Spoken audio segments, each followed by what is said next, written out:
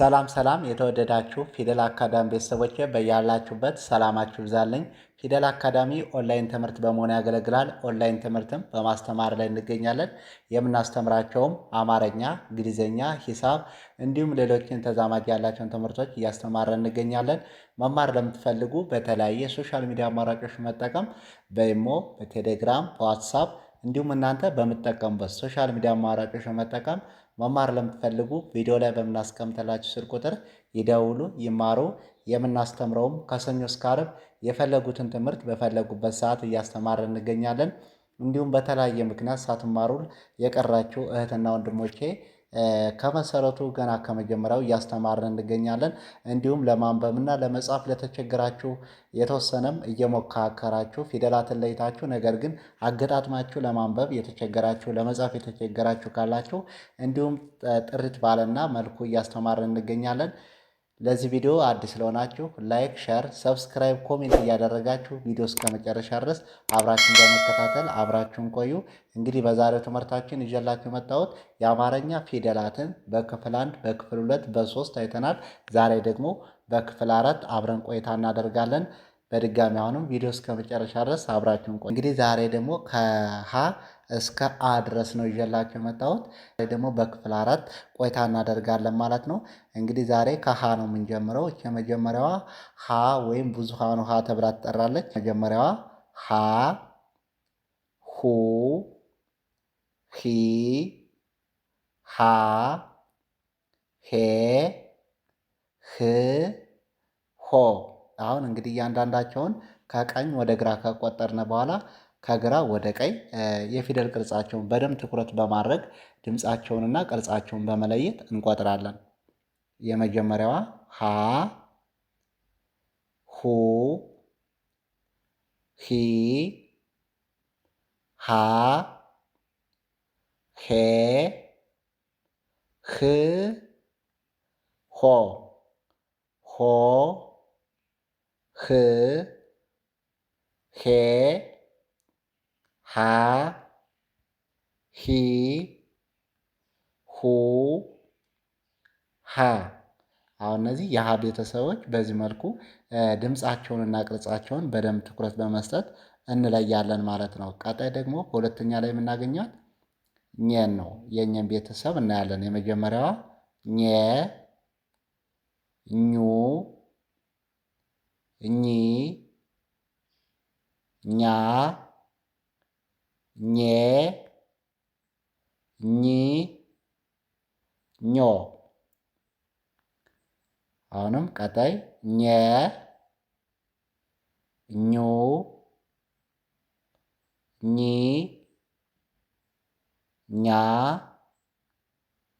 ኘ፣ ኚ፣ ኞ፣ ኞ፣ ኚ፣ ኘ፣ ኛ፣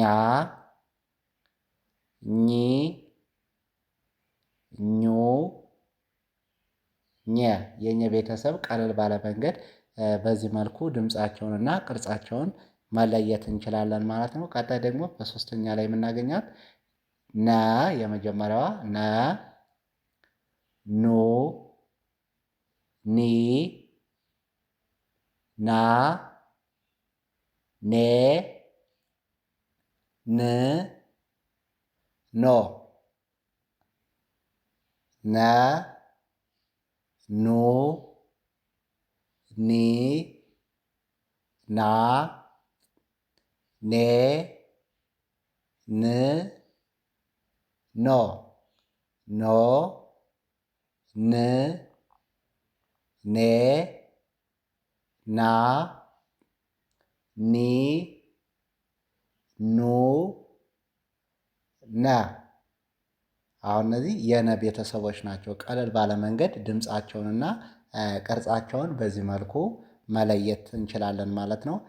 ቀጣይ ደግሞ ከዚህ ጋር የምናያት አ ወይም አልፋዋ አ ተብላ ትጠራለች። ይቺ አ ወይም አልፋዋ አ ትባላለች። የመጀመሪያዋ አ፣ ኦ፣ ኤ፣ አ፣ ኤ፣ እ ኦ አ ኡ ኢ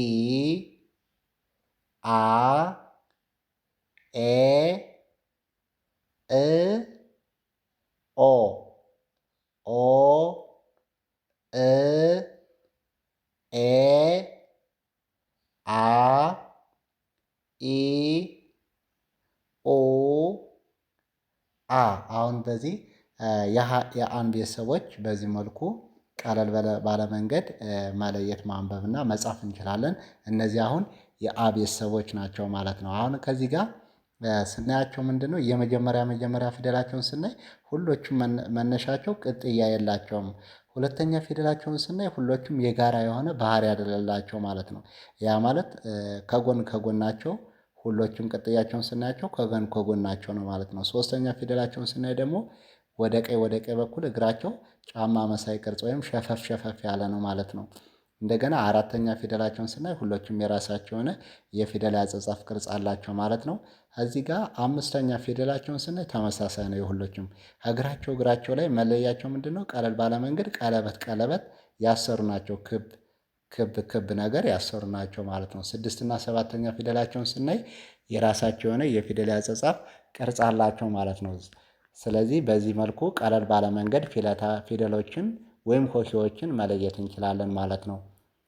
በቀጣይ ቪዲዮአችን እስክንገናኝ መልካም ጊዜ መልካም ቆይታ